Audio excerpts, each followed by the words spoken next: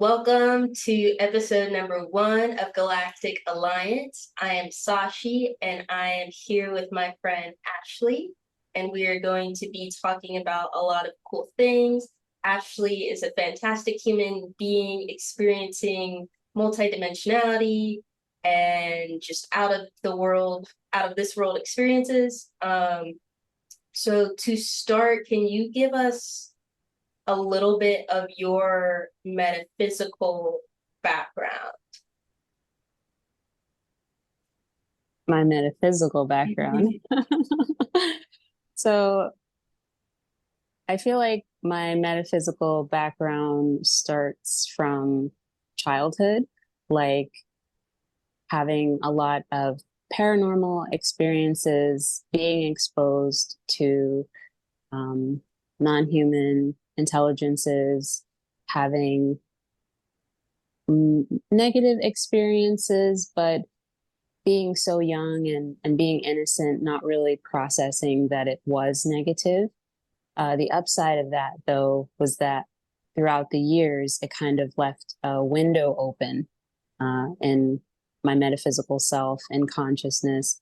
So as the years went by, the experiences grew in intensity, but there was always this sense of transition to another level of understanding or another level of experiences with different beings and different energies.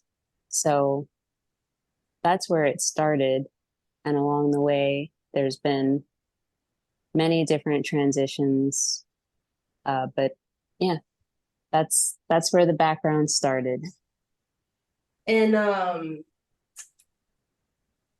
do I follow correctly? I feel like in past conversations we've had that you may have, not that you're intentionally hinting at, but I was picking up on that it sounded like you've had shamanic type training.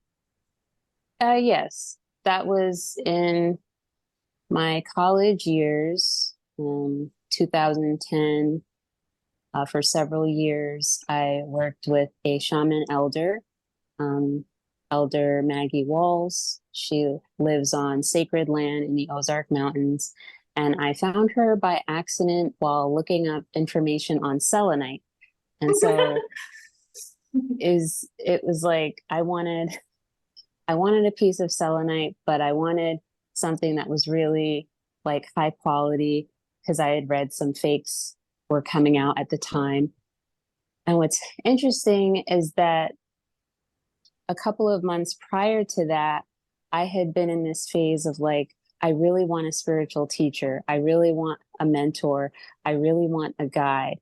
And I was so obsessive with it that in an astral travel, my guides came to me and were like, you need to calm down. You need to let it go for now.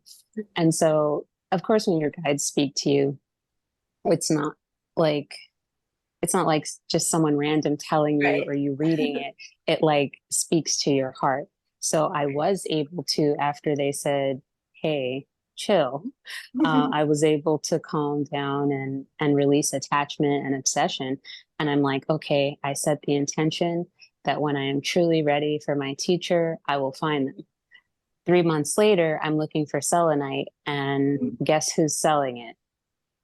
A shaman elder with a lineage of thousands of years, like just there. So that I found her, and one thing led to another. I didn't actually get the selenite from her. Once I found the site and I listened to one of her messages on her pages, I was just like, she's it. I found her. I just knew instantly. And so I worked with her for a number of years. I actually went down to the Ozark Mountains in Missouri a couple of times to work one-on-one. We went through all of the training that had been passed down to her from her grandmother, from her grandmother's grandmother, and so on. So yes, I do have a shamanic or medicine path background as well. If you're comfortable sharing, what was her like specific lineage? Where did she trace her, yeah, her lineage back to? So it has to do with an area of an area in Russia where there are indigenous peoples, or there were. I know that I think Russia as a country did some things, and like there was some kind of genocide at some point, but there was an indigenous tribe um, in like the more rural areas of the land surrounding Russia.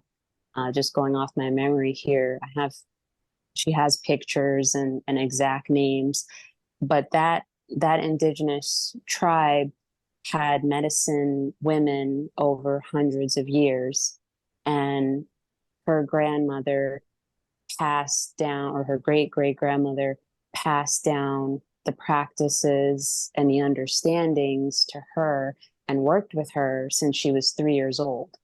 So from three on up, she was trained to be on the medicine path. Um, when I looked at the photographs of the indigenous tribe of that area, it reminded me of like the Inuit peoples of it reminded me of like a combination of a couple of different tribes, like from Native America, even from like the Ainu, of like the indigenous people of Japan. It Mhm. was like a very interesting amalgam of indigenous expressions in this one particular group. But yeah, that's her lineage, which was That's interesting for me because I had only known of like indigenous of like North America, South America, and the little group in Japan, but not way out in Russia. yeah, that's fascinating because I was thinking like most people when they hear shaman or are thinking about shamanism, I think they're thinking about North American and South American shamanism, like Mayan shamans and that type of thing.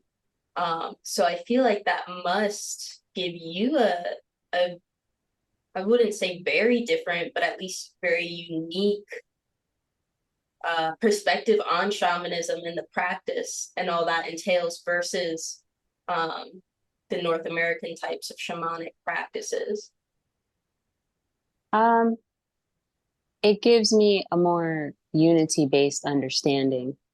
Um, One of those, it's kind of like a connection because every every culture does have some indigenous people with a certain path, following the way of the medicine path.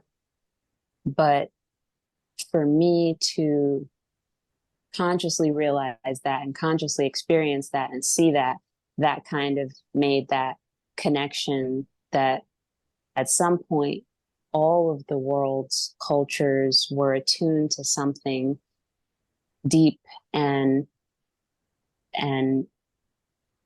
powerful and wonderful, and they all were able to get very similar nuggets of wisdom and practices. Like there's not, oh, there is a different view of it, but at the heart of it there's a base layer of similarity, and I thought that was really powerful and beautiful because it brought down the lines of separation. Like all, my indigenous ancestors with their ancient medicine paths are the same as every other part of the world. So it's one tribe. Yeah, and I think even what that just sparked in my mind, I was thinking about how the channeler that I follow, Kelly Kolodny, she mostly channels Archangel Raphael and more beings who I guess are more well known in Western spiritualities. But last December for 12/12, the energy of Oshun came through, and Oshun is a deity of the Yoruba people in Nigeria. And Oshun came forward to work with Raphael and Kelly Kalani, who's like an Irish woman. And I just thought that was a really awesome blend of energies. And I know she recently, in one of her key code sessions, had an Aborigine child come through. And so I just think that it's a beautiful like summation of what you were talking about. Like, even though different cultures might have a slightly different take, at the core of it, what everyone is tuned into the same universal truths, even if Yes. the facades look different. Hmm. Absolutely. And that's so cool. Oh Yeah. my goodness. Yeah, and I think that's a really beautiful reflection too of the law of one, that we are really all one. We're tapping into the same things. No one's really making up their own thing that has no basis for other people to relate to. Right. Exactly. It's awesome. And I also really loved going backward a little bit, how you're saying you had been asking for a teacher, and then 3 months later it shows up. And I've had that similar experience too. And I think that's a really common thing for light workers who maybe don't have teachers or don't have a lot of support, or even people to bounce off bounce ideas off of, or even just share experiences that others can relate to. Like, oh, if I had someone that could relate to this or help me move past this line that I've been at for a while, and I've experienced the same thing. Once I started asking for a teacher, it's like a bunch of them showed up that just wanted to help me Nice. out of the kindness of their heart, and I guess recognition of a similar vibration, like not anything really based in capitalistic type of exchanges, but Yeah. really and truly like energy exchanges at the true meaning of the word energy exchange. Yeah. That's that's beautiful. And I kind of feel like your connections with these teachers, it's very personal. It's like it's like you just rekindled an old friend, an old friendship. It's not like you were saying, this mechanic transactional type bond. And that's really beautiful. Yes. So if anyone that is watching this is like, where's my teacher? Are they ever going to show up? Or just start asking. If you're not already, ask your guides, ask the universe to send you a teacher, and believe that that request has been heard and it will be taken care of. And when the timing is right, they're going to show up and be the perfect person for you. Yes. So to now switch gears a little bit, let's talk about your astral experiences. When did you've experienced astral travel since you're a kid? When did you start to realize, oh, this isn't like a normal, this is not just a dream, like this is something profoundly different? Um, for me, it was the physiological responses, we'll call them. Um, you're not supposed to feel pain. You're not supposed to feel, you're not supposed to have a transition of what you experience in a metaphysical realm in the physical realm, but I was. So it's like you fall on the ground, you cut your knee in a dream. You're not going to break skin. You're not going to bleed. It's not going to sting. You're not going to smell the iron aroma from the wound. But in these experiences, even early on, there was full integration of my nervous system. So it was, versus a dream, you don't have those. It's you don't have that integration of your total senses. But in astral, you know, if I'm burned, it burns. I wake up with the red mark. I still feel the sting. If I'm bitten, if I'm cut, everything was so hyper real. So that's always my, even even emotionally, emotional integration is off the charts, intense. Versus a dream, everything's kind of muted and mellow because you're sleep. You're in that, I guess, whatever brainwave state you're in. It's like it's restful, it's peaceful, you're lulled. But astral, it's full on alertness, it's full on integration of senses and emotions to the nth degree. So that's kind of how I knew that I wasn't working with just dreams. Something more was going on. And about how old were you when you realized this? So I would say I was about 15 going on 16, and things began to, although I had experiences of a metaphysical nature from childhood, there was a tapering off, and events like psychic events, metaphysical events, they would happen less frequently. I'd have a couple, then things would mellow out, then I'd have a couple, then things would mellow out. And then I was in a 3D situation where it was high stress, um, a lot going on in the home, not positive. So there was a buildup of intensity there. And when I was 12, it kind of triggered a massive awakening. And that's when it was like being, that's when I kind of blew myself into the astral realm, kind of stepped on the stage there and became a target, you know. So from 12 to almost 16, I was building up experiences. And then around 16, I found information about the astral planes and um, all different kinds of experiences and sensations being described. And I'm like, hey, that's what I was doing. And so, yeah. Did So there you was a period of, mhm. did you have anyone in your 3D reality that you're like sharing this with? Like, when I go to sleep, XYZ crazy thing happens and then I wake up with marks, or No, no, I didn't say anything for many, many years. I still haven't really said anything to, only with our group, really, have I been uncovering everything. There's no one in my 3D that I could really go into detail about it. Not at the time, not now, really, either. But definitely no. I just kind of went through that alone. wow.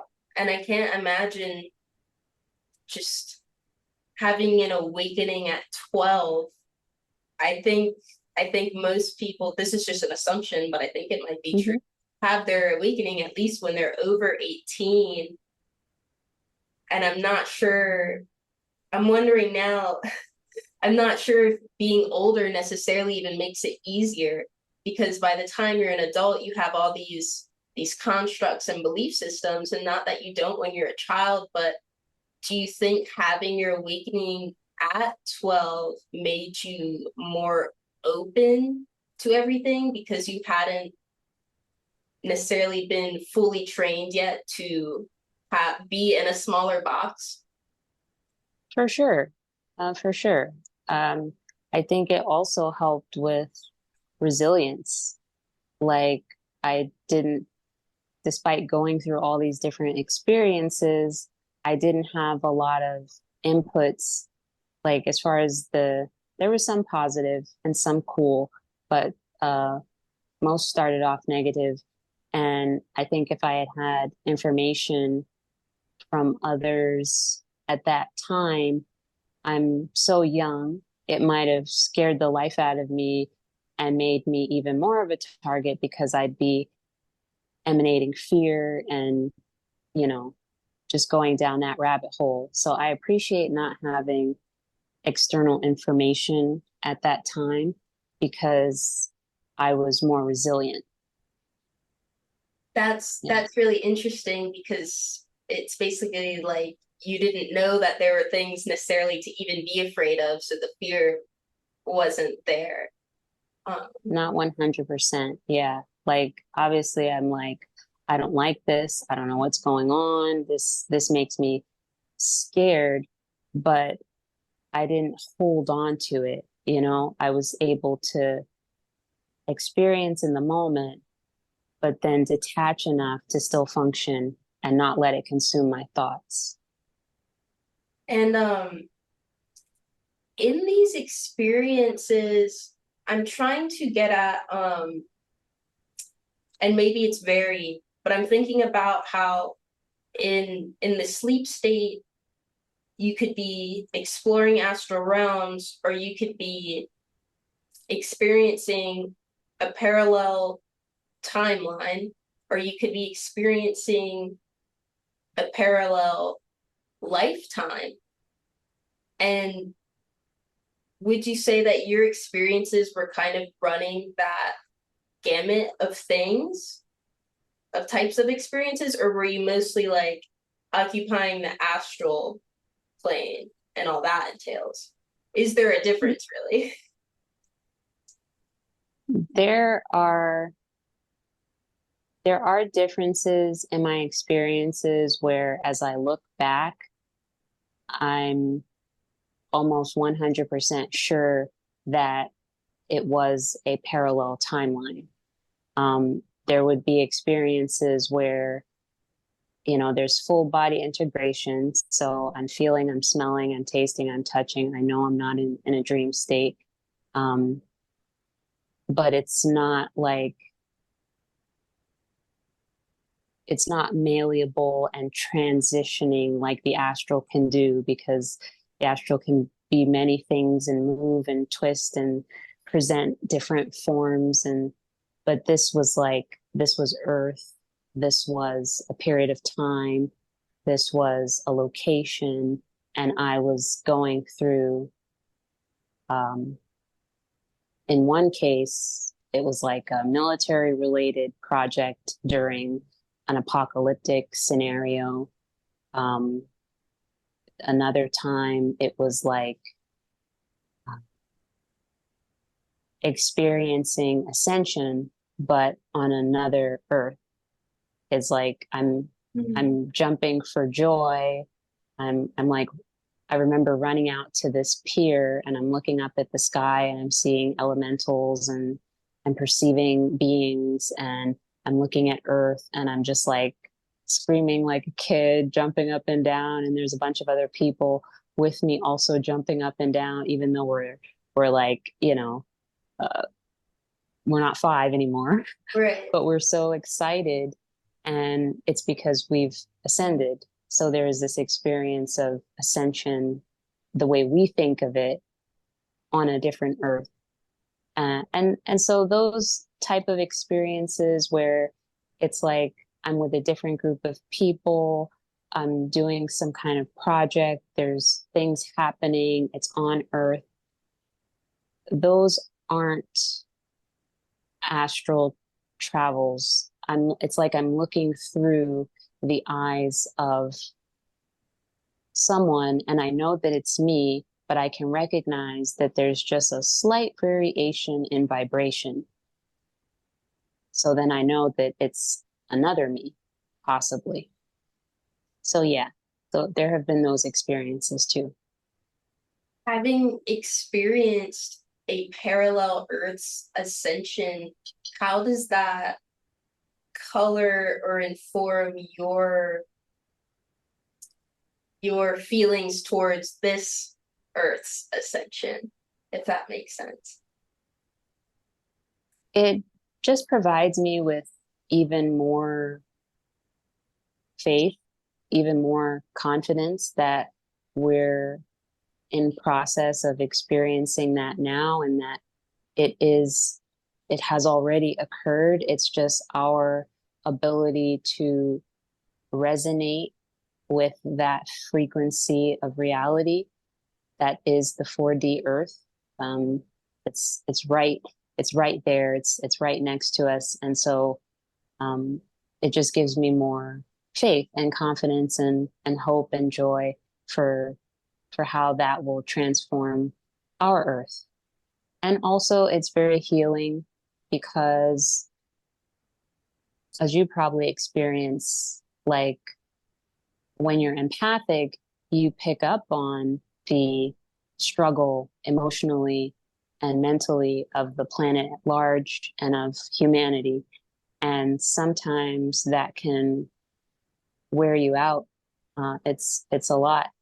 So to go spend time in that earth that has burst into creation, um, ascended, it was very nourishing, very healing, very supporting. Yeah, of any metaphysical or emotional wounds that I had had at the time. I bet. Yeah. I bet that's like a breath of fresh air. Yes. Yes. Yeah. Just like that. Awesome. And I hope that that gives hope to people who are maybe thinking or maybe stuck in somewhat cynical viewpoints like, is it ever going to happen? I don't see anything changing. I don't see anything getting better. How could we really be ascending if things look so bad? Mhm. Um, but if parallel Earth can do it, so can we. For sure. 100%. Yeah. um, Going back to, I'm going to ask more about Earth stuff later, but focusing back on the astral things, what is your so far we've been talking about astral experiences that were spurred in the dream time. When did you start consciously, like through meditation, entering that realm? Mm. That wouldn't happen until many, many, many years later. Um, in my 20s, actually. Um, and it was a very, it's very natural. It's like you're in meditation.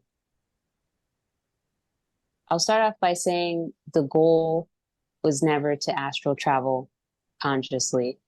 The goal is to meditate and to reach that Zen state because I learned Zen meditation at 15.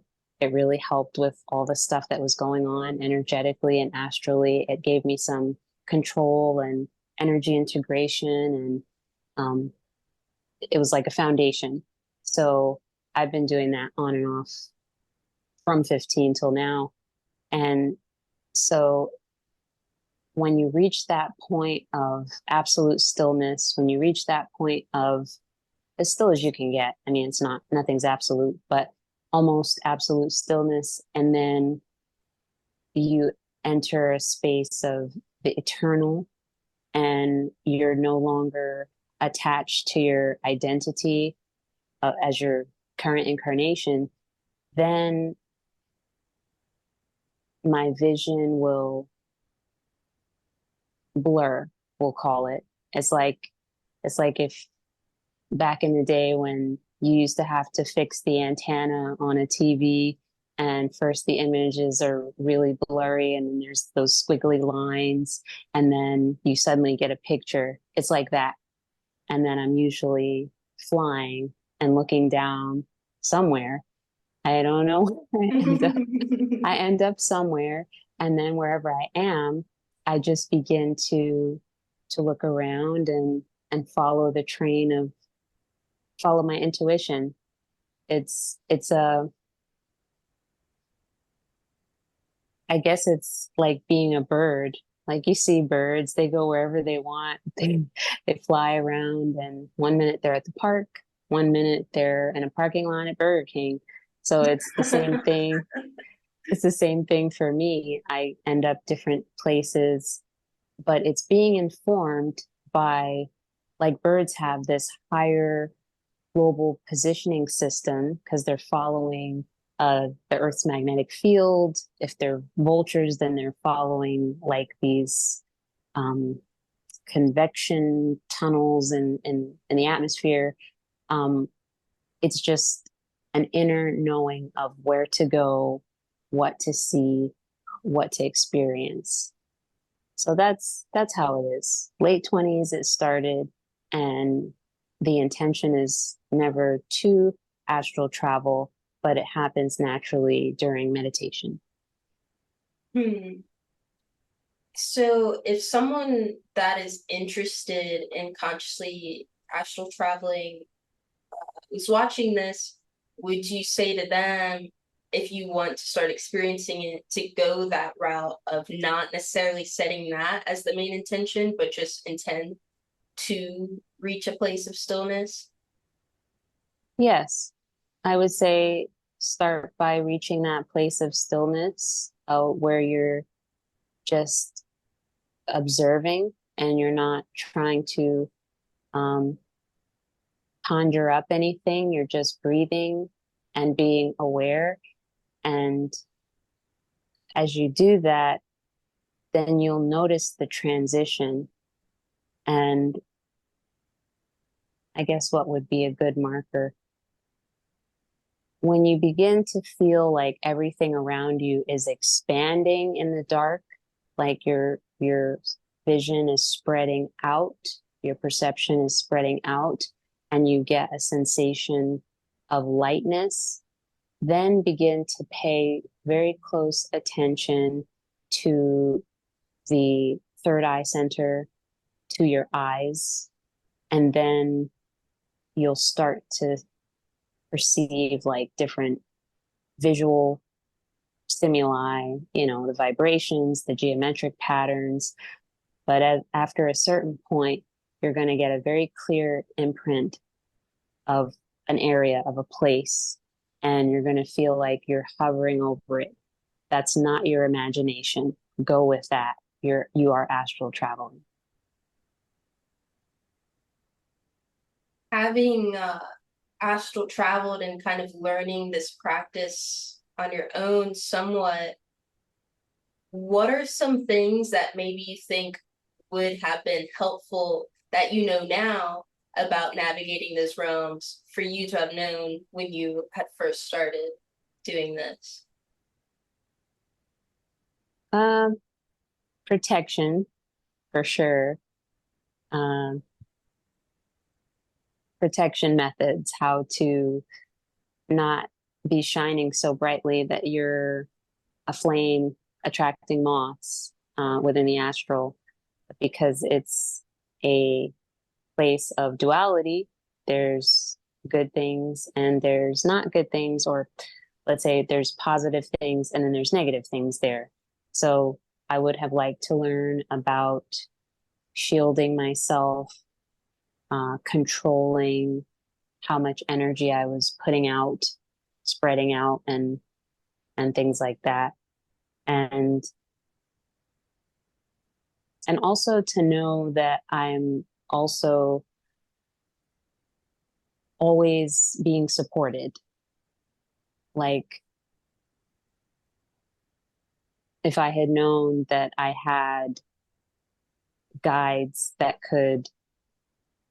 I could have reached out to in that moment, I would have appreciated that. It When did actually took. you Mhm. when did you come to realize that you had guides that you could reach out to? When they saved me. uh, when they saved my skin. They came through and had to uh, rescue me from a difficult situation. Was kind of being uh, ganged up on, so to speak, by a lot of different negative entities all at once, and I could feel my awareness getting smaller and smaller, like detaching and kind of curling up into a ball psychically and in consciousness. So like I was I was disappearing. I didn't know what to do. So at that point, I had created a little construct of the safest place that I knew of to hide in, which was a library at the time. Well, no, I still find them to be very peaceful, Yeah, safe I'd say so. places. Yeah, and so while the beings had followed me and were kind of encroaching on that little energetic space I made, then this, like, I'll call it a giant laser beam of light, blasted through them and all of the energy and even my own construct. And they just kind of opened the doors and stood in front of me, like, here we are, you know? And I was looking up at them, like, and when I did see them, I instantly was like in the form of a 5-year-old. And then I was looking up at them. They were like 7 feet tall. And I was looking at their eyes, and the look in their eyes changed my entire life, because what I saw in their eyes as they were looking at me, because a part of me did feel in the very back of my mind, like, um, ashamed, that I could let this kind of thing happen to me, that I could let it get this bad. And when they looked at me, I'm expecting them to see some poor, helpless thing. But and this may not make sense, but the Ashley that I saw in their eyes was me at my highest potential. Like, the me that they were seeing, even though I was in this battered state, was still so great and so full of potential, and so experienced. And years later, the Ashley that I saw them reflect back to me is the Ashley I am now. And that makes me excited, because I'm nowhere near my full potential. So there's still so much more to go. At that time, I thought that the me I am now is just like, oh, that's, she's like ascended master status. I'm like, I want to be what they see. And so, because I was so inspired by that, I got up and I took their hand, and I ran with them, and they had been with me ever since. But yeah. That's awesome. And I think that I don't wanna make assumptions, but I feel like that shows that even though maybe you were not aware of them, that they always were aware of you, and maybe they weren't making themselves known as a way to not infringe upon your free will, but they were always watching your back and around, and they were going to infringe on your free will if they needed to come and save your skin. Yeah, for sure. In hindsight, yes, I have no doubt that they were there, and just like waiting for me to reach the point where they could intervene. You know how hard it is for higher density beings, even if we're in big trouble, for them to cross that free will threshold. But once I got to that point, then they were like, coming through with all the bells and whistles. I appreciate it. And they stayed with me after, through all of my successive travels. And uh, they, yeah, they're very much honoring of free will.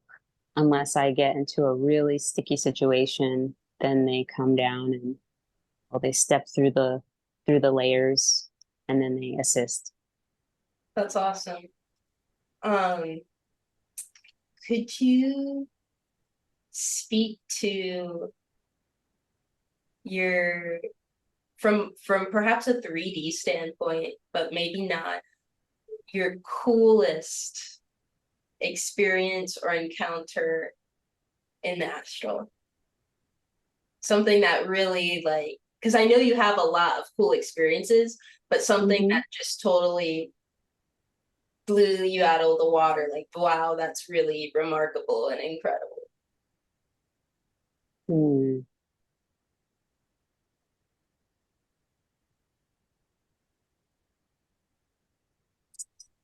So I guess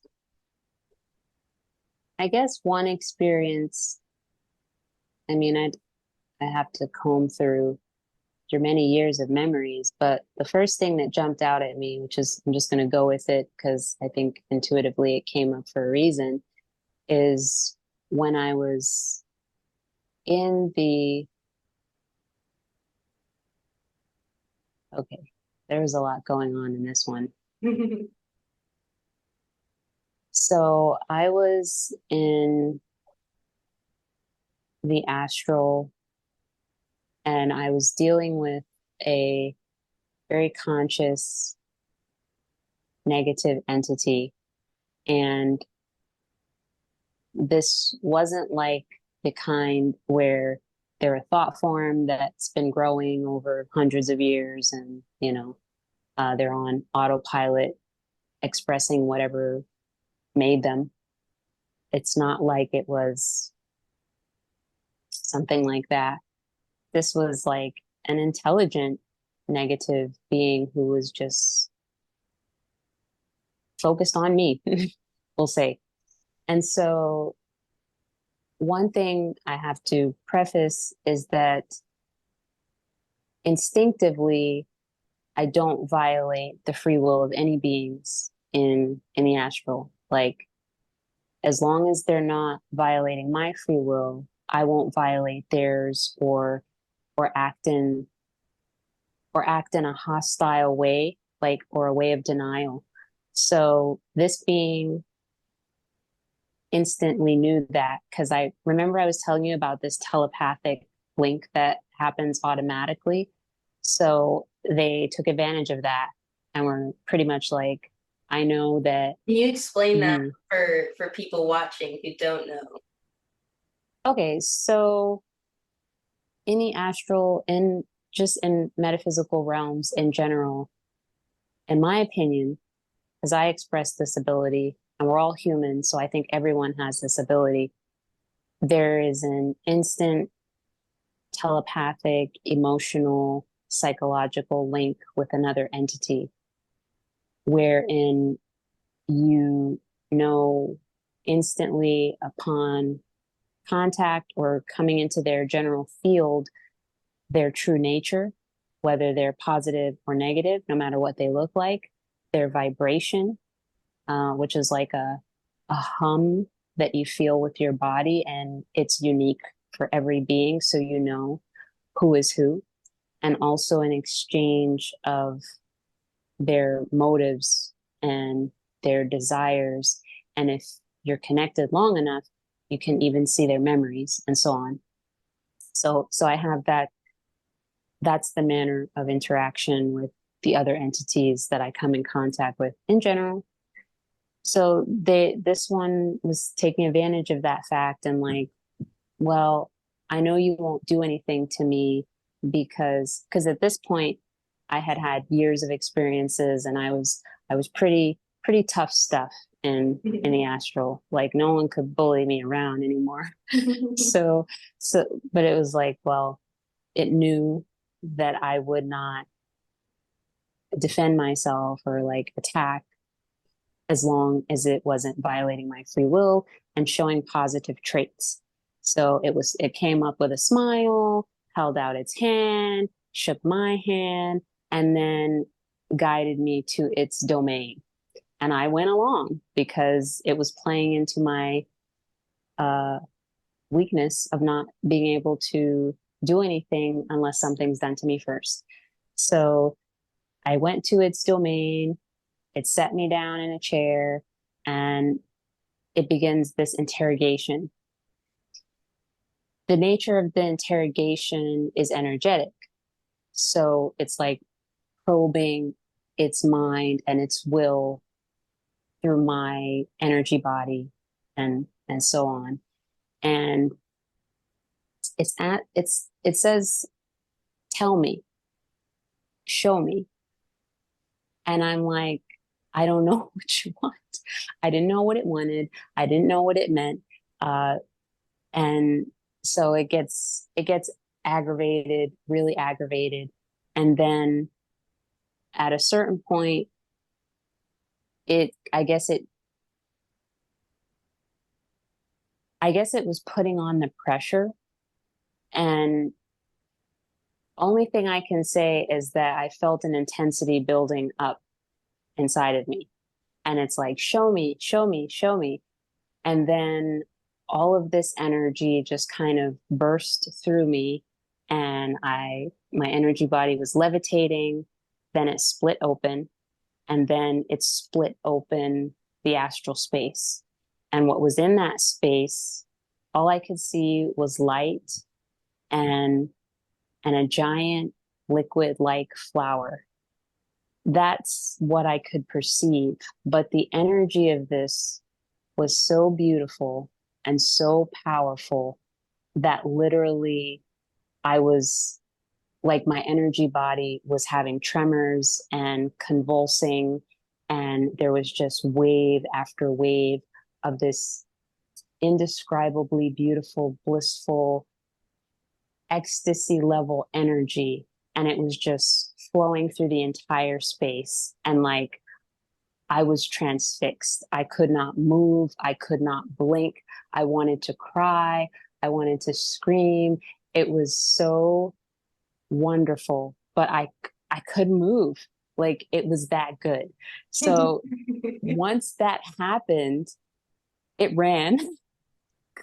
I guess I guess it couldn't take it. I'm like, in hindsight, I'm like, was that what you wanted? You wanted that energy, but like, why did you run? Actually couldn't So handle. so that happened. And then there was a transition out of its domain. And then I was back into kind of the astral space of where I live, where there's a lot of trees, a lot of nature. And then the kind of rip happened there as well. And this time I was more able to control myself. And as it opened and I just kind of received, I was just like crying a lot because it was just so beautiful. And it was everything I ever wanted in life. And it was all that I ever needed. So that's the most powerful experience. I don't have any answers. I'm not sure what that opening was to, what the nature of the energy was, but it was awesome. It sounded like, I don't know, that this thing, whatever this energy is, resides within you, and this being knew that and wanted Mm. to experience it, but like you're saying, it was just too much, and especially if they're of a more negative polarity, probably could just not bear that amount of light. Um, I'm curious though.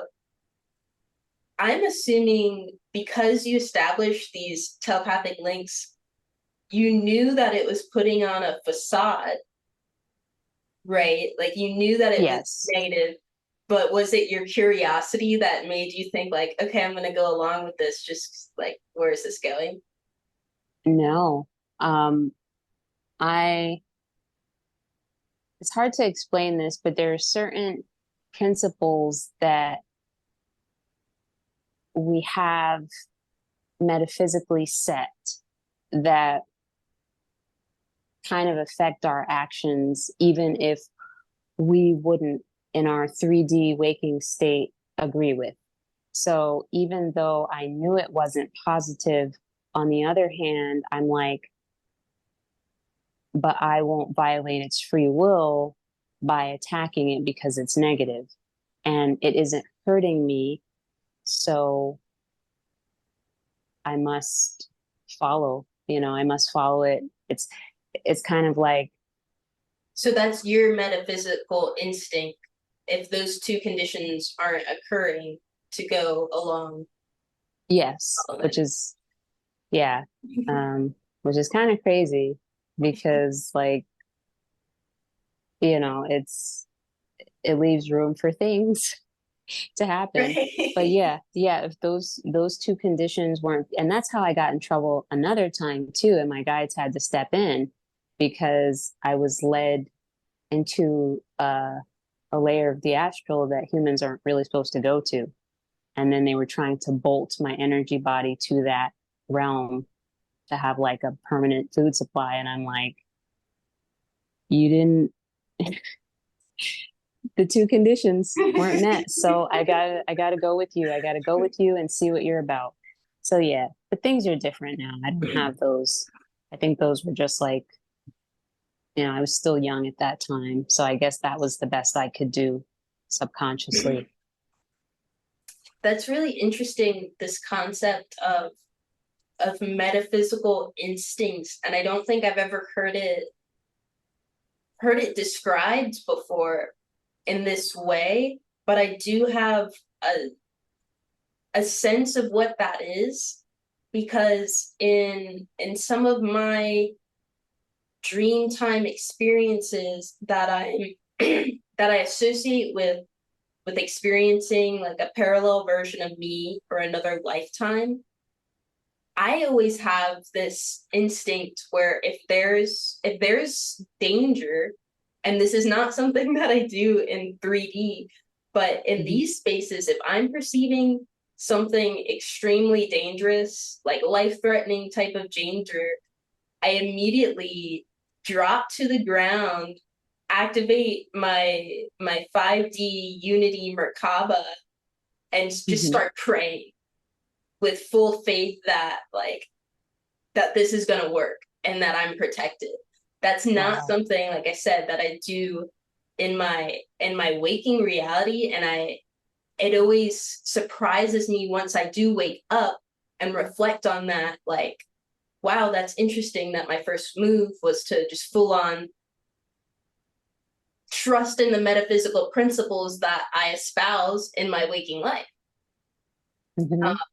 So that's interesting. That's one of my metaphysical instincts. Yeah, that's so cool. That's a really helpful instinct. I needed that. Oh. um, you were also talking about in terms of that really profound, beautiful energy experience you had towards the end of it, coming back to what was the astral realm, but it's like closer to your house. And Mhm. I'm wondering how does our 3D reality and construct kind of, what's its relation to its counterpart in the astral? Because I have experienced that too. Um, Mhm. knowing that it's not, knowing that I'm basically in the astral, I don't know how to put this, in another dimension, but it's my similar reality. It's my neighborhood. It's my kitchen. But knowing Mhm. it's a different playing field of that. Yeah, I think it's it would probably be, in my opinion, the first layer. I know I was reading that the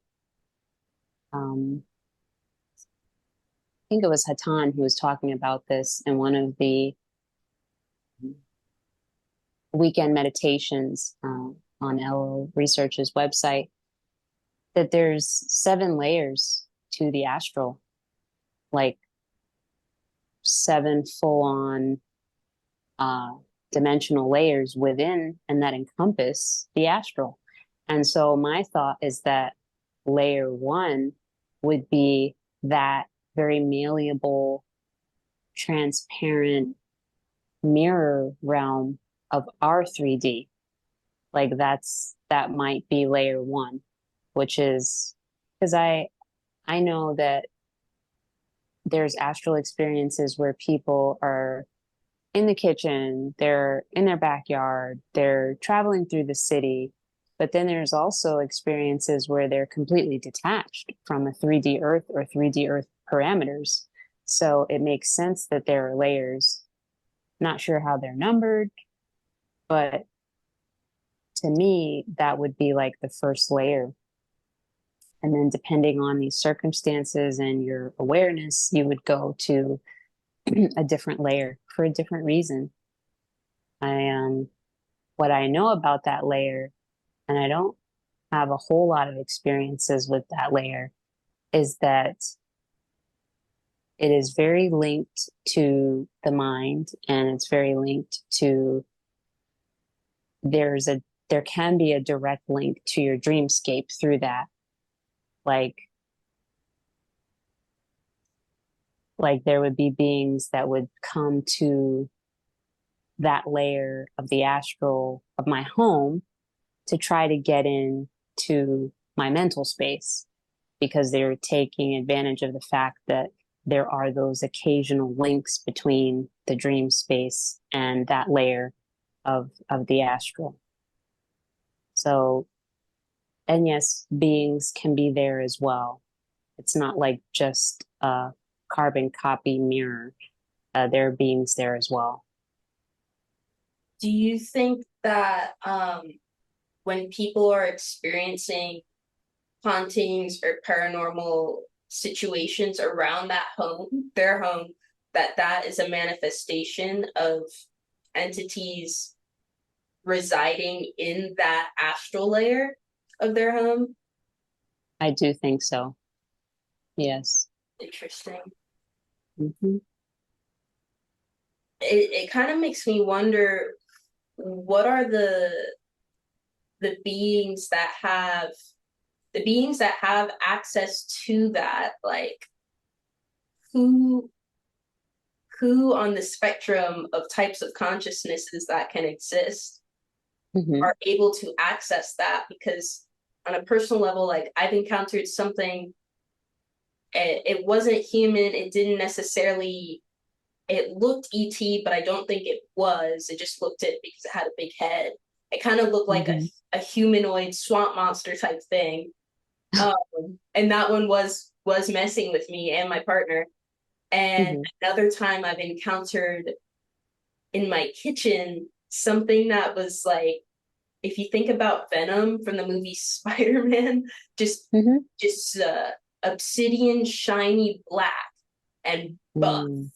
and all black except bright white eyes. And Mm-hmm. that one, the jury's still out, but I think it was more neutral because even though I initially was intimidated by it, I thought it could be a test, like from my guides or whatever. So I was like, oh, this might be a test, so I'm not going to be afraid of it. And let's I see how that see. progresses. And then as soon as I made that shift, it stopped being so intimidating.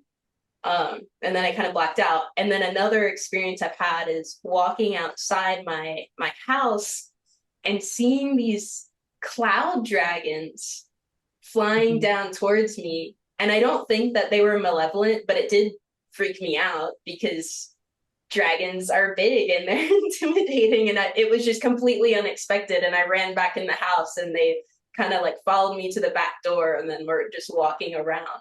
Um, Mm.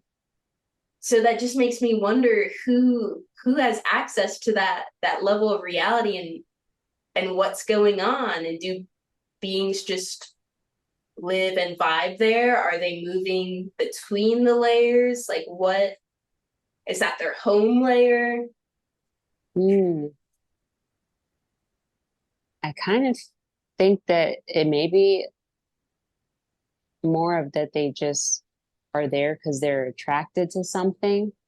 Like it could be a person's thoughts or emotions or some kind of karmic connection, or you're just putting out a lot of energy.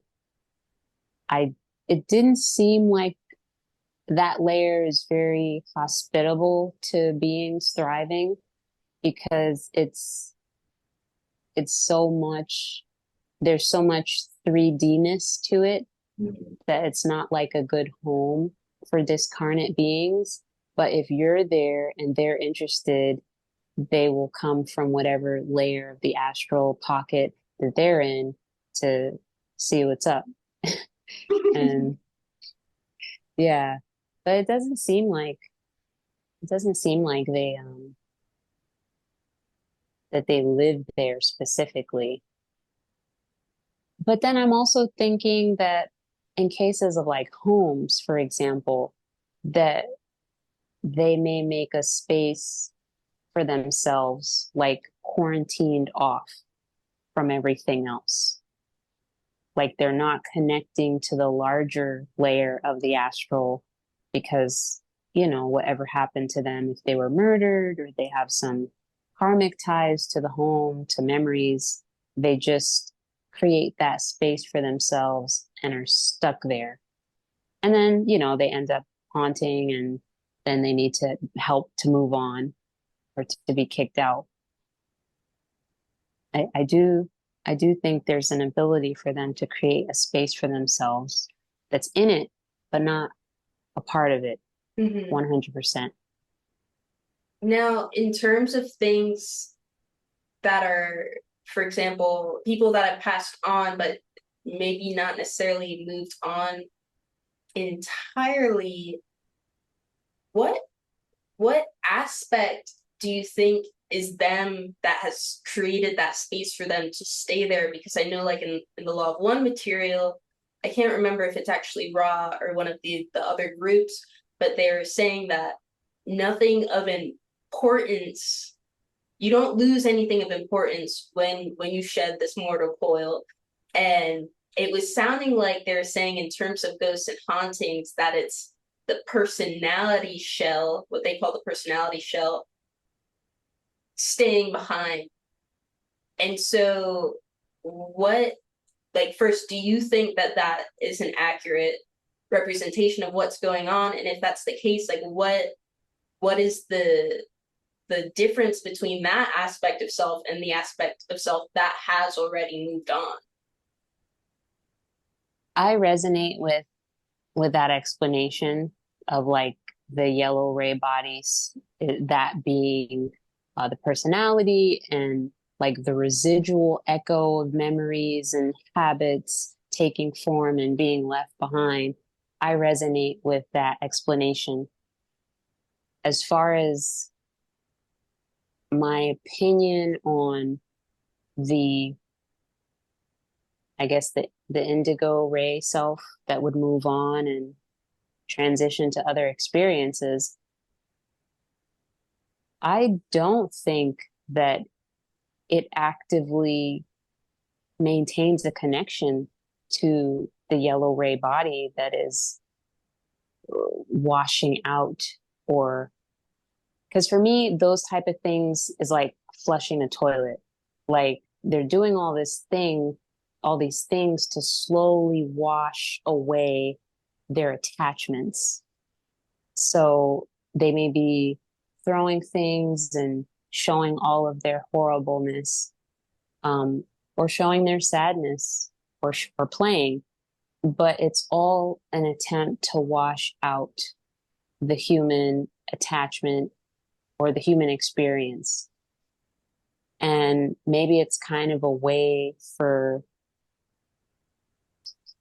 the indigo ray self to do what they're doing, but still handle whatever business has to be handled in 3D. Kind of like, or maybe they don't have control over it. I'm not sure whether they can control it, but I don't think that they're actively, from whatever realm they're in, forcing or making their yellow ray body do those things. I think it may just be a natural thing. It's just something that sometimes happens if the attachments are strong enough. Interesting.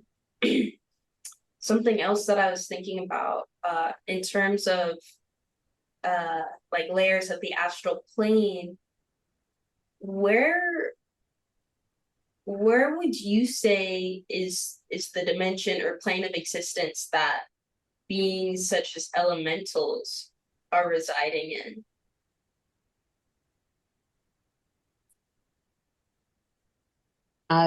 Again, I'm going to have to defer to an explanation given by the Confederation. They were talking about the various octaves and the astral has its seven layers, and then there's another stage, a overarching realm with 7 layers called the Devanchanic. And in that space, from the way they described it, and I think they actually said the word elementals, it seems like elementals would reside there because, and for me personally, there are experiences I've had where the vibration is of the astral, and that it's giving me all the markers that I know let me know I'm in the astral, but it's earth centered. It's like all of the nature that's around me is alive with awareness, and the water is alive, the trees are alive, the air is alive. In this space is very sacred, is very pure. There's at least no negativity that I could pick up. You don't see a bunch of beings walking around or thought forms or any of that. I think that is the realm or one of the realms possibly of elementals. I think they have their own space that's untouched and that allows them to function.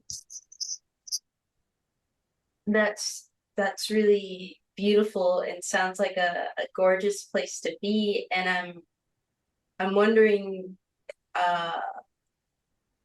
do you think, like from the law of one perspective, they're talking about things such as rocks, water, fire, etc., being the first density of consciousness? Is that first density of consciousness, do you think from their perspective that, like, we're seeing them as these static objects, but do you think from their perspective they're experiencing like the Devanchanic experience? Oh, for sure. For sure. 100%. I I think it's Ra gives an example of this when they're talking about how they are made the pyramids, and Donna is asking them, well, how did you do it? How did you mold the rock to do that?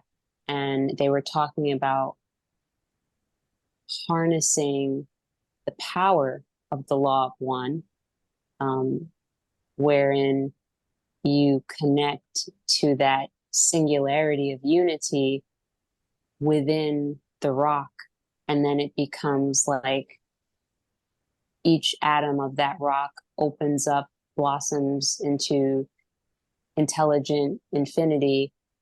And from that space, they were able to work with the rock and create the pyramids.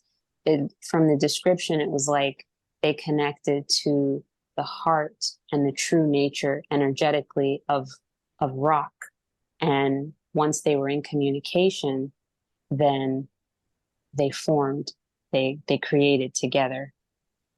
So I mean, they don't even see us as physical things. Like they perceive us as light bodies, and we have our own configurations of the essence of who we are coming out as a ray of light from our crown center. So we're just a bunch of crowns to them. So yeah, they don't see us, they don't see rocks. Everything is energy for them, it seems.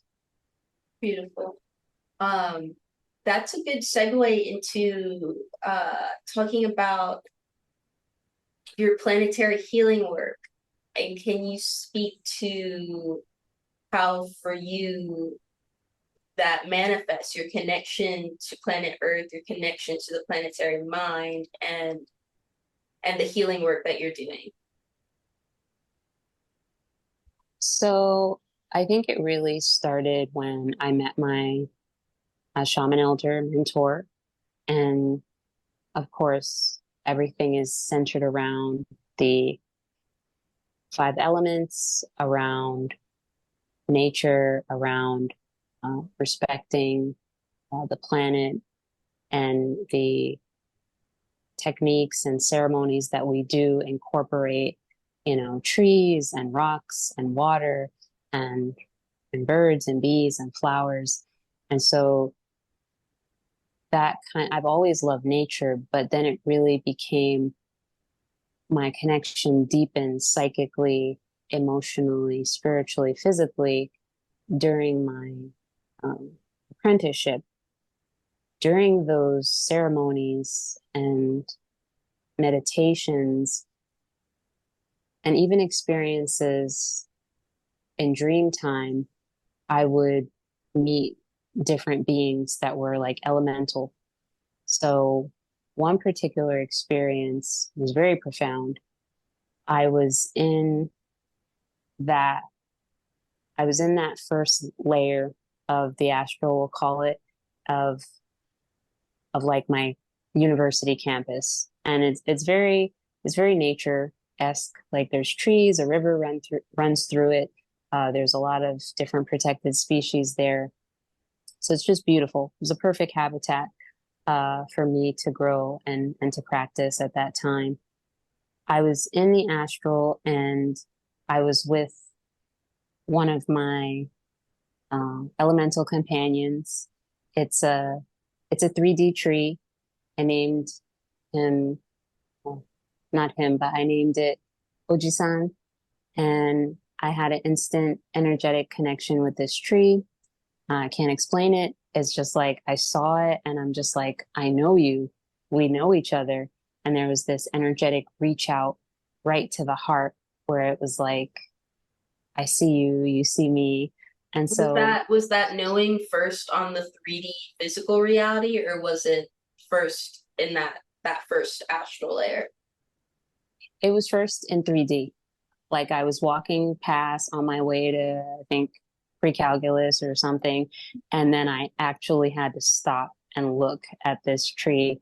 And it was just like a vibrational uh, wave over my whole body, and this feeling of joy and happiness and reconnection, like meeting an old friend. And I'm like wishing that no one was around so I could run up and hug this tree. And I would like think about thinking about how nice it would be to get a sleeping bag and sleep under this tree. So there was a lot of love, there was a lot of connection there with this specific tree. And then I would have this experience in the astral with it, where so it wasn't just the tree. The tree was there, but then a an elemental in the form of a hawk came. It's like a hawk eagle combination. I guess the Native Americans would call it a thunderbird.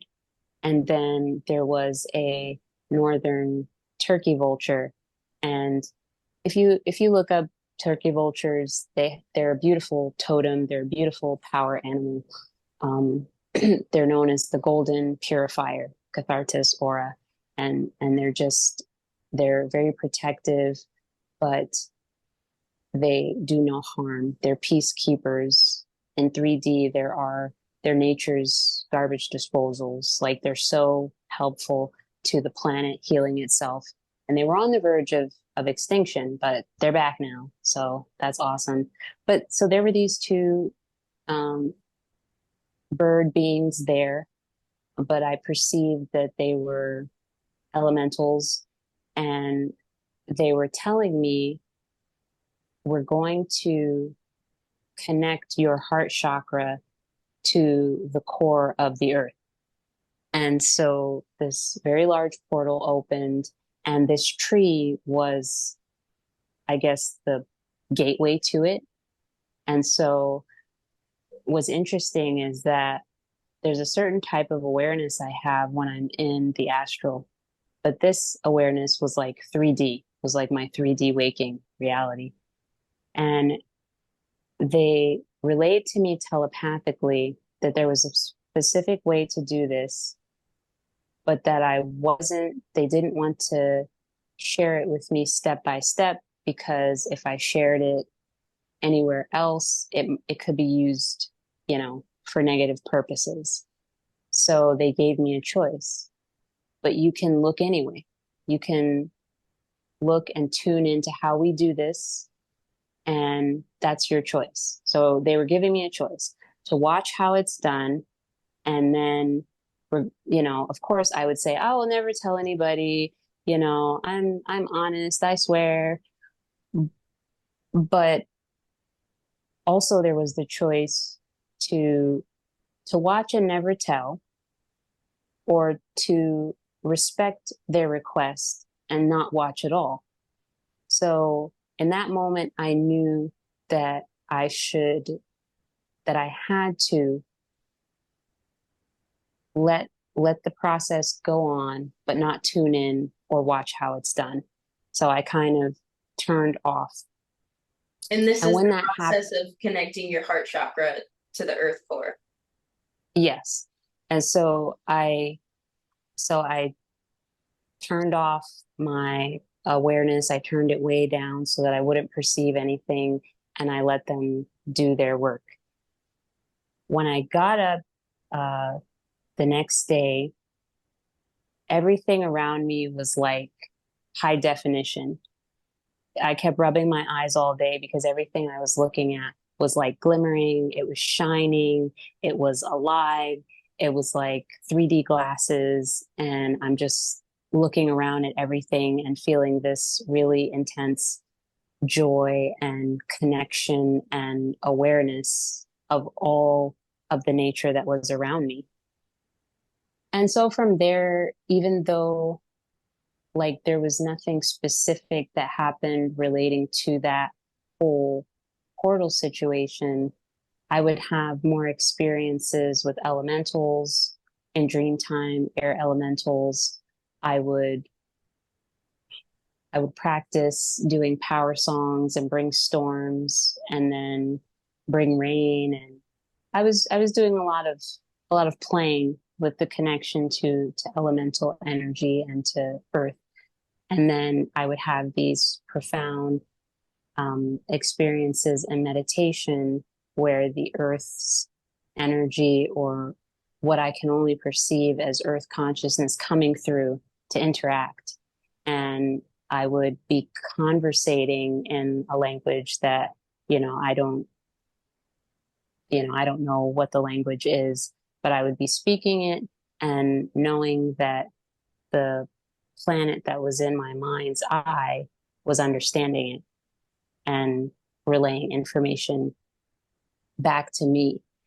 Then years later, I was having an experience where I was in meditation, and like six beings of light surrounded me. And when they surrounded me, I got the impression that I needed to begin to pray. And while I was doing that, a vision of the earth came through. And as I was in prayer mode, they were showing me all these different places on earth to go and to send energy and to, like, I didn't know what was going on in these places, but intuitively I was getting what to say, what to intend for the energy that I was sending there. And what was only supposed to be like a 10-minute meditation that day was like an hour, because it just kept flowing and flowing and flowing. From that point on, I started to do those same type of sessions whenever I felt called to. And then, of course, over the years, there's just been this strong integration of planetary awareness, connection to nature, being able to hear the heartbeat of the earth and feel it, and the amount of love and bliss and connection to that has it changed my entire life. It's at the core of who I am, my love and connection for this planet. My understanding at this stage is that planets are in and of themselves a species. They are like we are one, we're human, but we have 1 trillion cells, little tiny cells that make up this body. In the same vein, the earth is, we're the cells of the body of earth, and earth in its totality is a being all its own. All of the planets are, in my understanding. They're their own species and they have their own trajectory of growth. They think, they feel in different ways to us. So yeah, that's kind of how my transition has gone through with earth healing. So would you say then when you are doing that work now that you're kind of because you're saying that these light beings are telling you the words to say and where to go, is it still that similar process? Like they're guiding you like, hey, this area needs some intention or some attention. Here's the magic word. Yeah, there's still a part of that, but not as much as in the beginning Mm-hmm. because I've been doing it, and it's more like a knowing. Like I'll look at the I'll look at the Earth, Google Earth, and I'm spinning the globe, and I know where to stop. That kind of a that kind of a being drawn to a certain area magnetically. And then, of course, just the general love and affection that I have for the planet. It's not always about going to a place to send healing. Sometimes it's just about connecting. It's just about showing that you love your planetary sphere and tuning into that oneness. I mean, all of the Schumann resonances of Earth are the same frequencies as all of the brainwave states that we as humans have. So alpha, beta, gamma, high gamma, we only hear about 7.83 hertz, but there's also like 20 hertz, which coincides with, I think, theta. There's all these different connections that the biological body and the metaphysical body of humans have with the planet.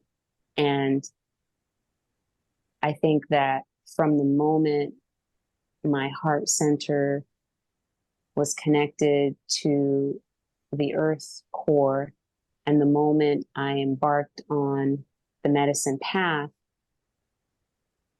I was able to rediscover the beauty and the wonder of that connection. It's more than just, oh, nature is pretty and that's it, great weather. It's something very deep in your heart and very deep in your consciousness, a sense of primordial satisfaction, if that makes sense. Mm-hmm. Like all is right. All is right when my awareness and my heart are connected to the planets. And it is my path to, and it was so beautiful when Quo was talking about like some wanderers have come specifically for Earth.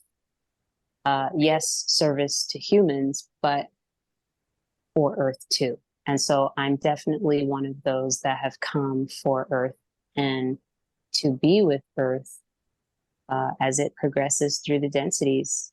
And that's my ultimate path.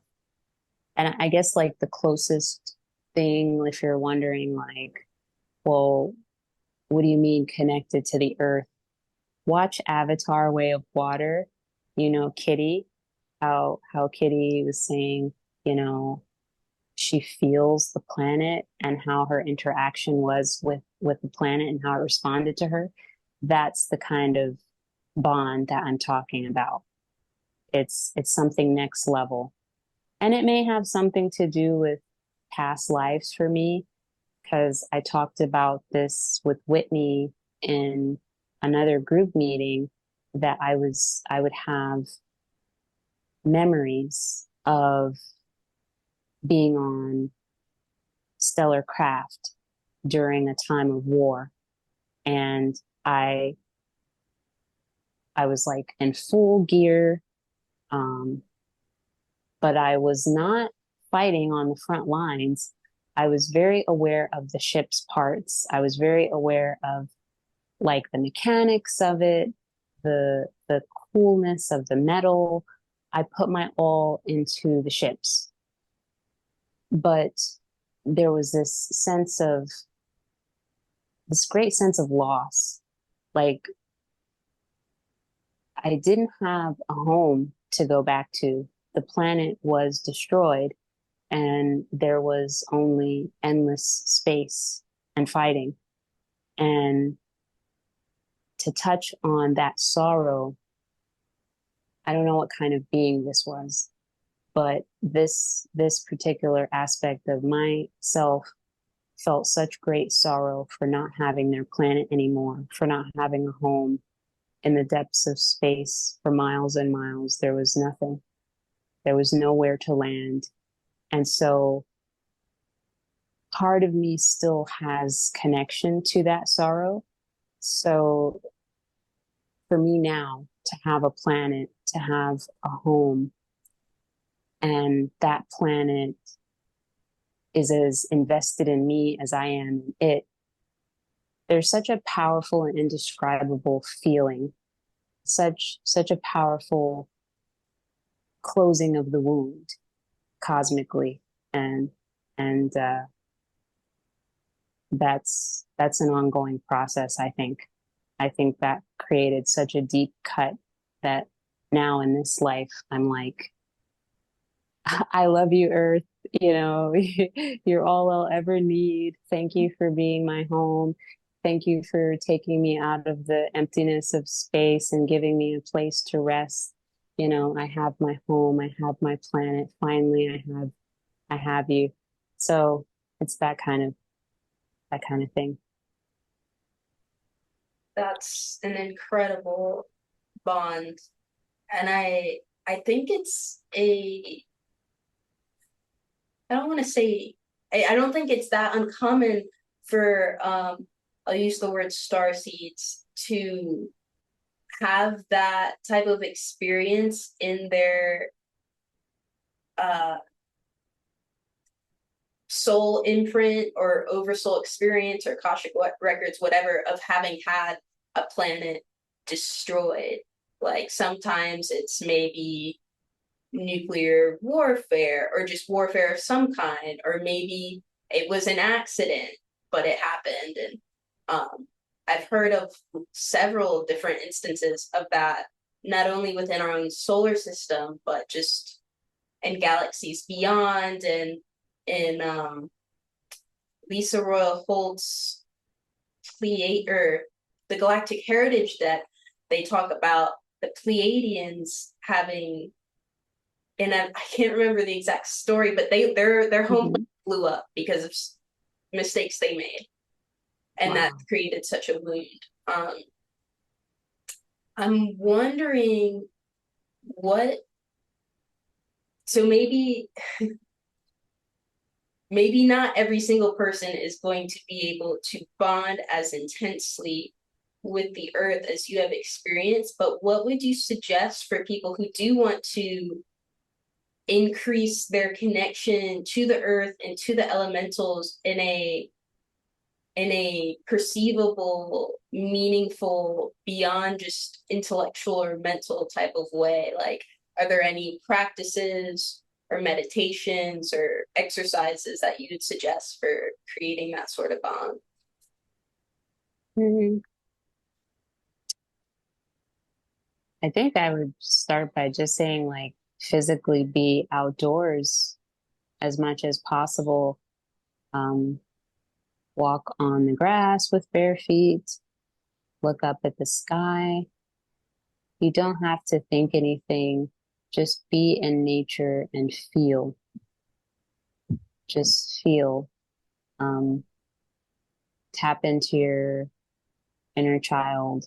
Um, Scoot down on the dirt and see where an ant is going, you know, Mhm. follow around a butterfly, check out a bird, make eye contact.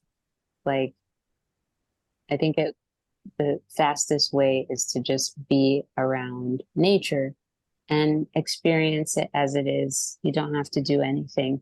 Just be and enjoy and tune into that feeling of peace and rejuvenation.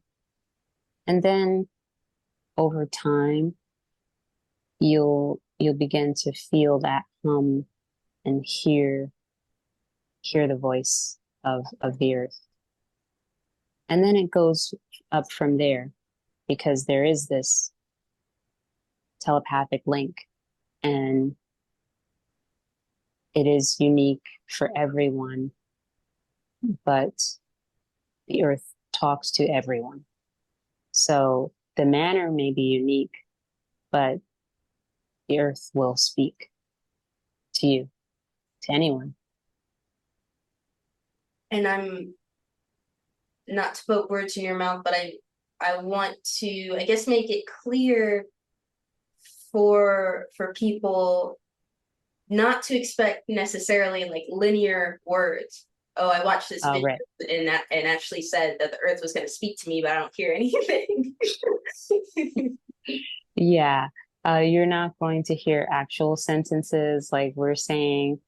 It's going to be NVC, so nonverbal communication. You, in the form of vibrations, like a vibration that your heart will translate for you. And the translation won't be of words, but it will be of emotional responses. So, kind of like everything will unfold in the heart center and in your mind as if words were being said, but there's no words. There's just the emotional undulations that unfold inside of you. And that's how you understand what is being conveyed to you. And do you feel that things like signs such as feathers or a random gust of wind when you had a certain thought or feeling, or shapes that you're seeing in the clouds, can those be related to that type of communication? For sure. I think it's 100% possible. Um, and I feel like it's definitely a sign of like elementals reaching out. They're like they're like Earth's hands and feet. So kind of like extensions of planetary mind. So 100%. Yeah. Do you think elementals are is that like the consciousness of Earth kind of fracturing itself in order to have experiences that it can't necessarily have as this sphere flying through space? That's my understanding. Yes. Yes. And also to get things done, there are a lot of metaphysical elementals occupy that occupy spaces in 3D to do things like create thunder and lightning to break up toxic energy deposits in the astral. And there are things they do with water, like the oceans, and all these different ways that they help in 3D, even though they have a metaphysical form. Like they can still plug into 3D and do things. That's like their main purpose. 3D. Is to take care of that which needs to be taken care of? Yes. Yes. Whether it's nurturing soil, whether it's uh, burning old forests to make, that layer of soot that's full of nutrients to create the next generation of trees. Ooh. Yeah, so hold on. That's the elementals confirming. Yeah, that's what we do. Yeah, so they do a lot of those things from sky to sea to fire to land. They're everywhere. It's just a bonus. It's just a bonus that we get to experience them metaphysically and communicate that way as well. And they can come into the astral. Like, uh, I know a couple of times I was traveling and air elementals will come through the layers, I guess from Devanchanic down into whatever swamp I was in. And they would say, telepathically, come with us. And so we would go to a certain part of the earth and do energy work in the atmosphere to create storms or maybe a hurricane that would have an energetic quality to it. And you know that there's an energetic quality when the amount of damage is minimal and there's no loss of life. If there's no loss of life and the damage isn't crazy extensive, there was metaphysical purposes for that 3D weather pattern or storm. That's fascinating. And I'm really thinking about all of this in the context of this really crazy storm we just had here. And I live in rural southern Colorado. It was hours long, and there was two of them to the east and the west. And the one to the west, we were watching the lightning. The lightning seemed to be striking the same general vicinity over and over for like a half hour. I was like, what is going on over Wow. there? That the lightning keeps being struck right over there. That's cool. Yeah. I don't know. Maybe charging up a certain meridian or energy center. The Earth has meridians like we do. That's part of that grid. So maybe it was charging up or purifying something or getting rid of something. Who knows? But that's pretty cool. And I also noticed like the lightning was in a general spot and then it was also changing colors. Like it went from electric blue to white to pink, like actual pink. And I'm just looking at it. And then there were these flashes where it was just everything going light as if the lightning had expanded itself and flattened out. So my thought was that like there's something more to these electric storms. Like there's something metaphysical with these, which is cool. There's a lot of mystery to Earth as well, and we don't 100% understand like what all it does. We see one thing, but there's another thing going on too, which is cool. It's cool. Right. And in the case of this storm, and our area has been having tons of thunderstorms this summer and spring, like an inordinate amount. And it had me thinking eventually after like the millionth one with the sound of the thunder, it made me think about how in Bhutan, like Bhutan is known as the land of the peaceful thunder dragon. And so now every time I hear thunder, I'm like, thunder dragons, like, what y'all up to? And what are you Yeah. Yeah. doing? It's like that's how it is for me too. Like it's not just like a natural phenomenon. It's like there is a purpose and a being behind all of nature's fluctuations because it's alive, you know? Right. The planet is alive and has all these different aspects of self, hands, feet, arms, legs moving around all over to do things for our benefit, to help us along. Like we don't know the benefits. Many people don't know the benefits offhand. Like, so there's a thunderstorm, but the metaphysical benefit of that is that toxic thought forms have been broken up in the astral. So I guess if we were to do a study, we could see how maybe car accidents drop, the rate of car accidents drop as a result.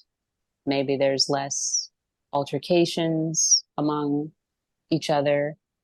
Um, little things like that, little changes in human behavior and what we do are as a result of these elemental forces keeping things clean and keeping things high vibe and trying to maintain equilibrium for us metaphysically.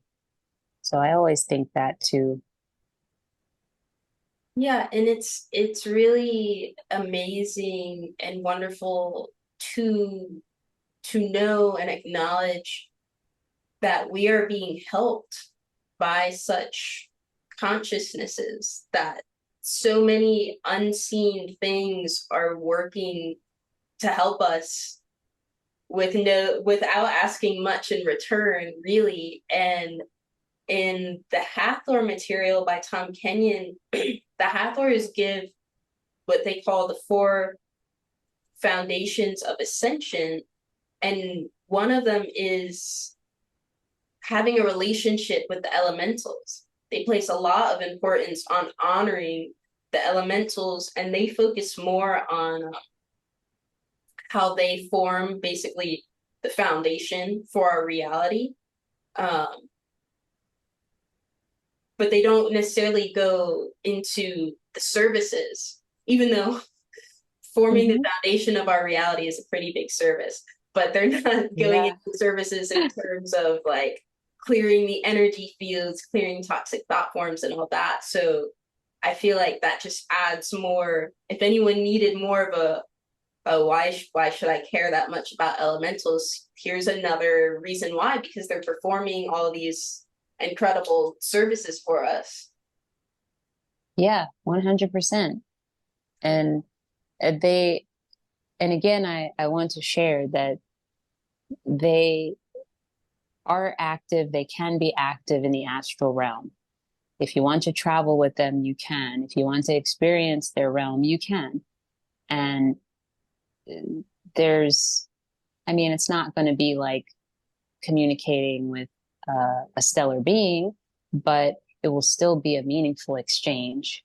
And it'll provide a deep sense of healing and calmness and peace and satisfaction.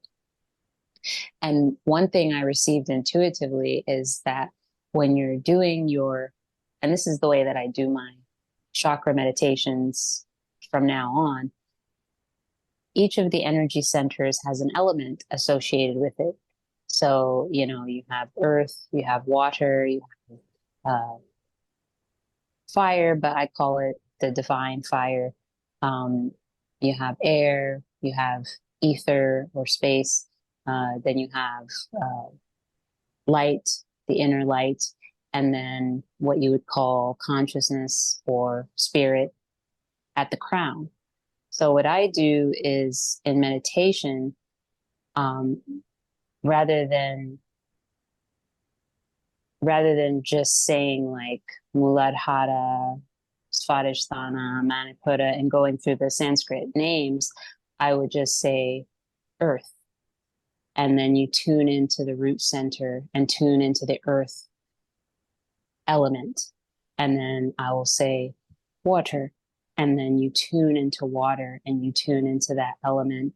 And what I notice is that there is because these elements are primordial, they're cosmic, they're powerful, they're in balance at their inception. They're not tied to biases, they're not tied to preconceived thoughts. They just are. Earth just is, water just is, fire, divine fire just is.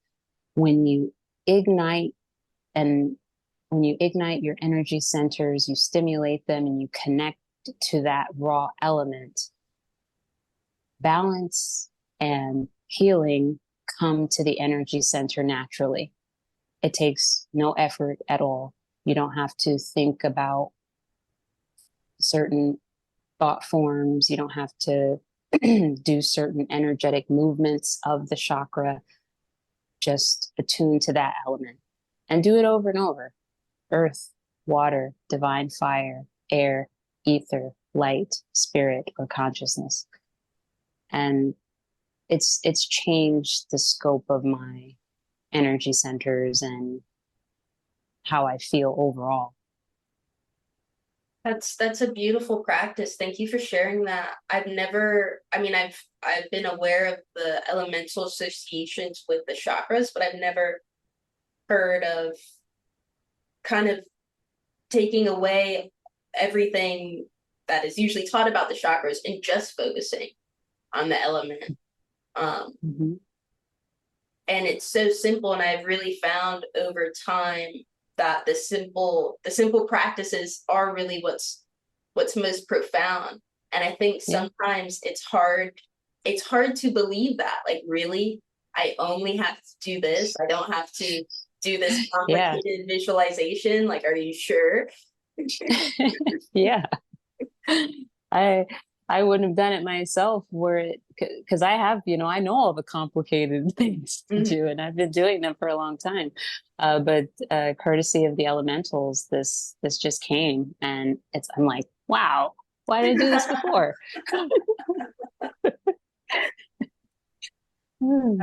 That's awesome. And I've even found that with like activating the Merkaba, and there's so many different kinds of Merkabas, and I think the most well-known is probably the star tetrahedron one.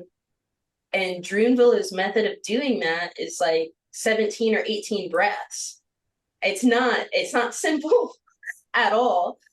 And the 5D unity Merkaba that I was mentioning, that I like activate as my metaphysical instinct, once you do the initial activation for it, which is kind of involved, but you only have to do it once, to reactivate it, it's only a 2-breath process. Wow. So you can get it done in like 20 seconds.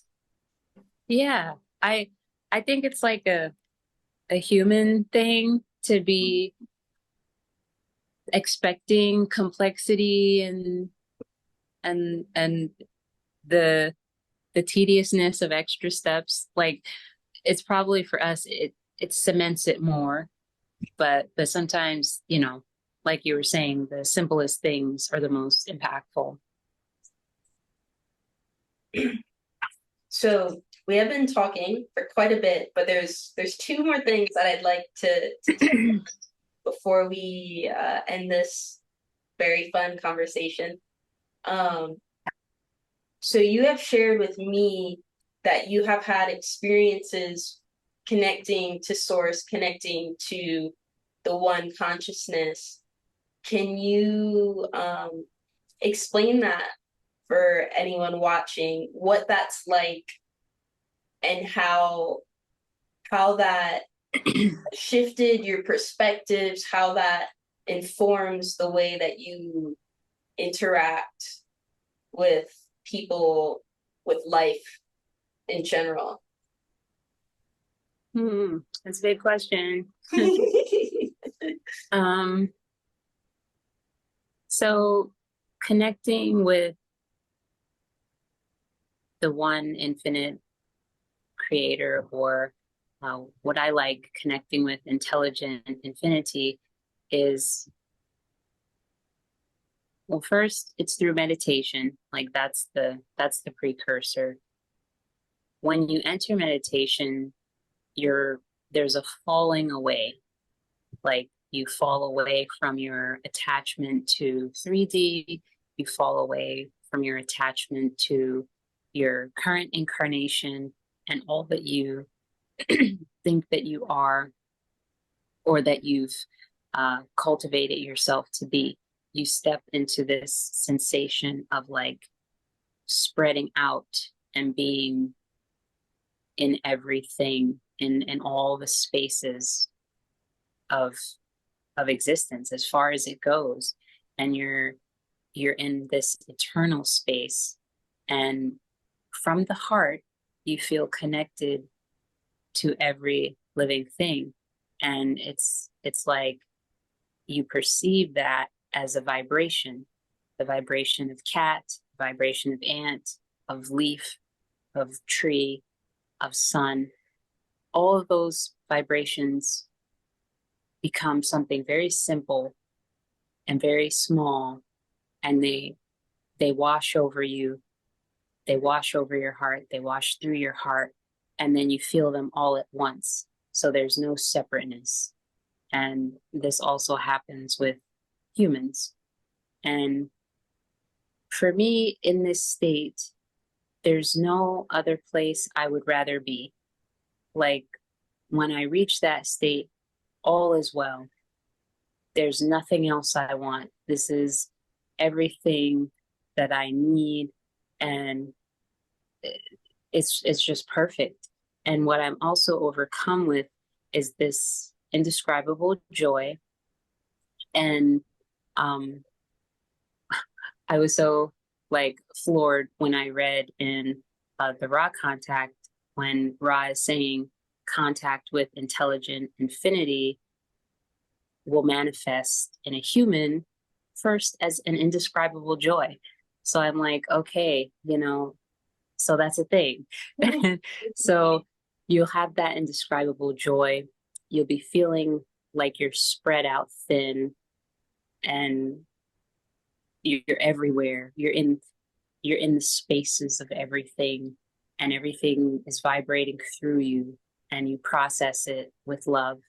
And then there's this overwhelming desire to awaken that same connection into other people, because you feel how great it is, how wonderful, how perfect, if everyone could just be in this space, even for 60 seconds.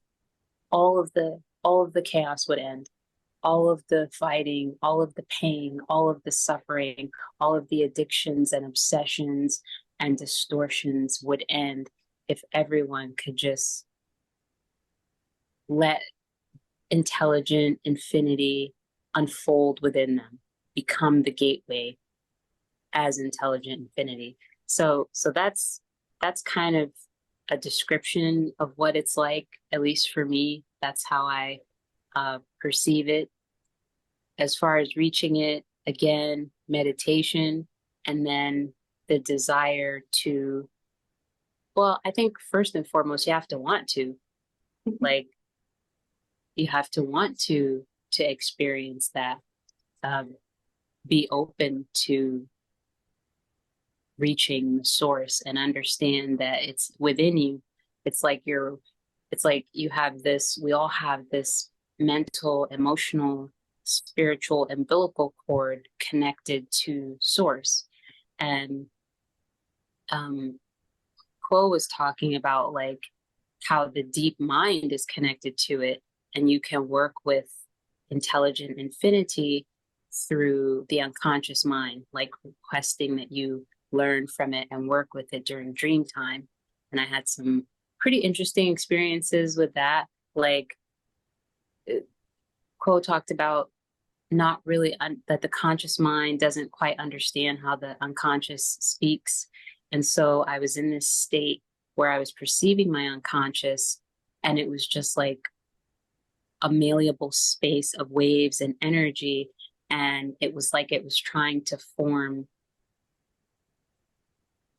communication, like words or symbols or something, but they weren't quite connecting with my conscious mind. And I just remember saying, I don't know what you're saying, but I know you love me. Because there was a lot of love there. I just felt all this love radiating, but I didn't understand what was being said. So yeah, want to, meditation, and that's what you can expect to feel. As far as how it's affected me with others, the lines of separation have come down, like the walls have come down. I know that there's not really a difference between me and all of creation. Even if someone has a different exterior, different views than me, I know that we're not really separate. And for me, that makes it feel like everybody's my family.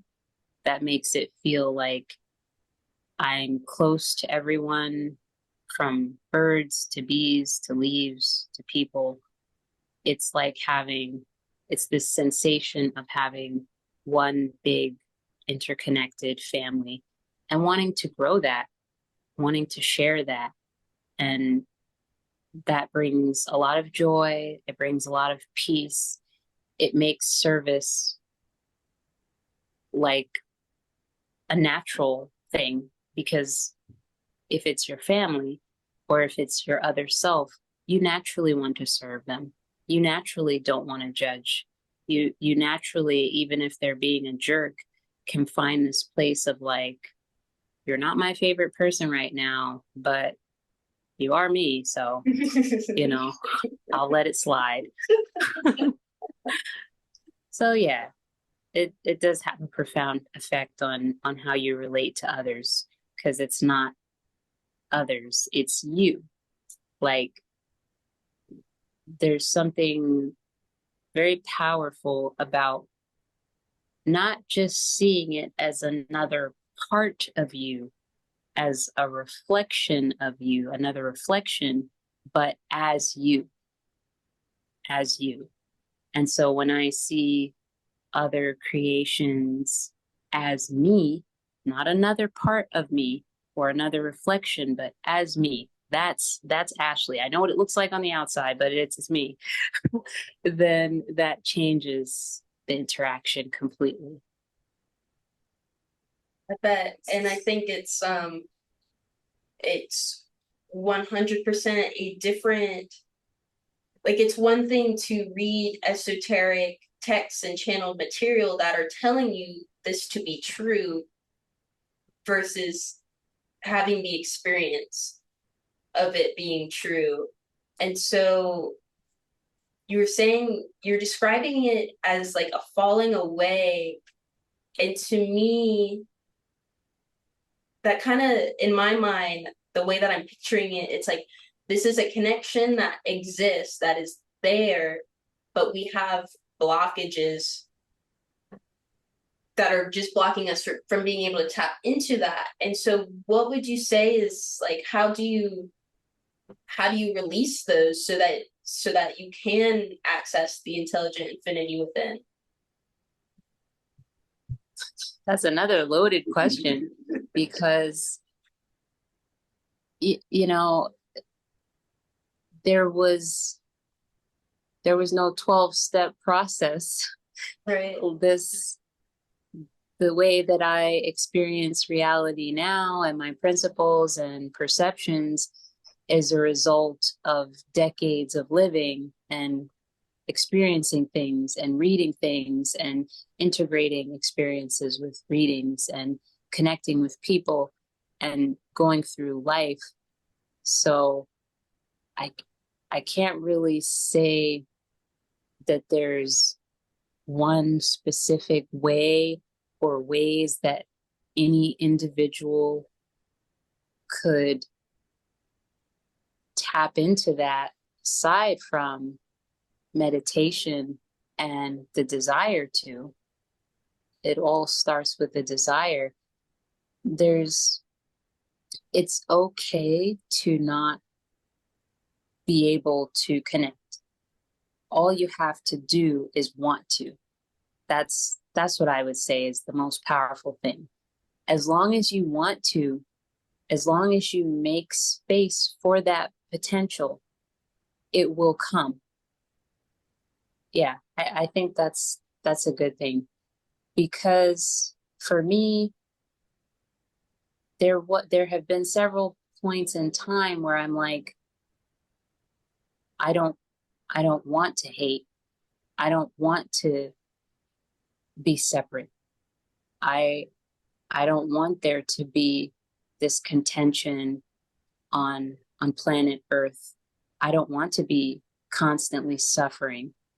And even though I didn't know what steps to follow to not experience those things, just holding space for that potential created an opening in my reality for experiences and information to come in and help me transition to that state. So, like,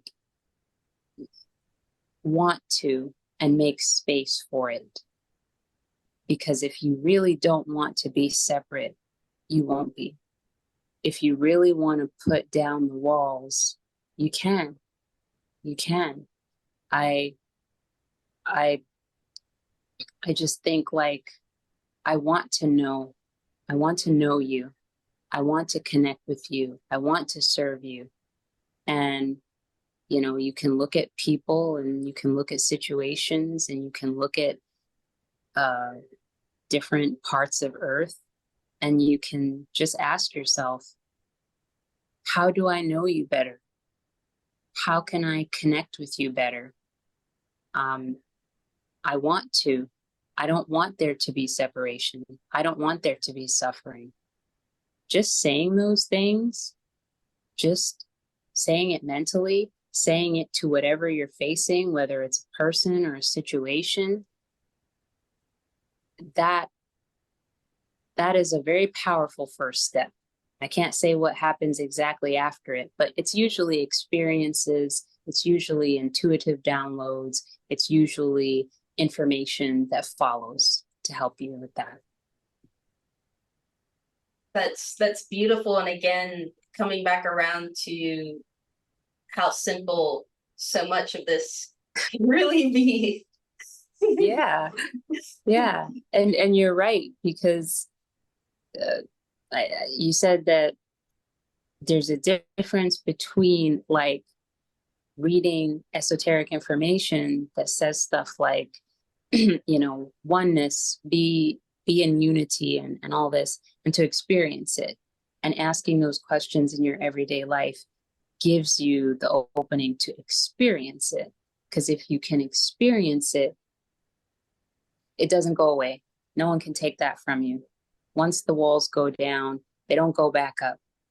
I'm here to tell you, they don't. Like, certain vices and biases that I have had in the past, when the walls came down, they didn't go back up. They don't. It changes you forever. It really does.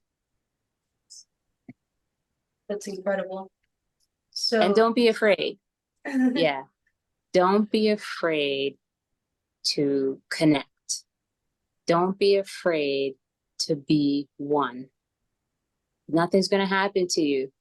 You're not going to burst into flames because you pull down the walls of separation, because you forsake your biases. Don't be afraid to love and be one. Yeah. So that segues nicely into the last thing that I want to ask you. I'm trying to figure out how I want to word it.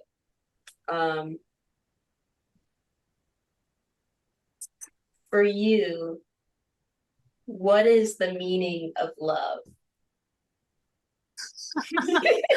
You're going with all these loaded questions. Oh. For me, the meaning of love.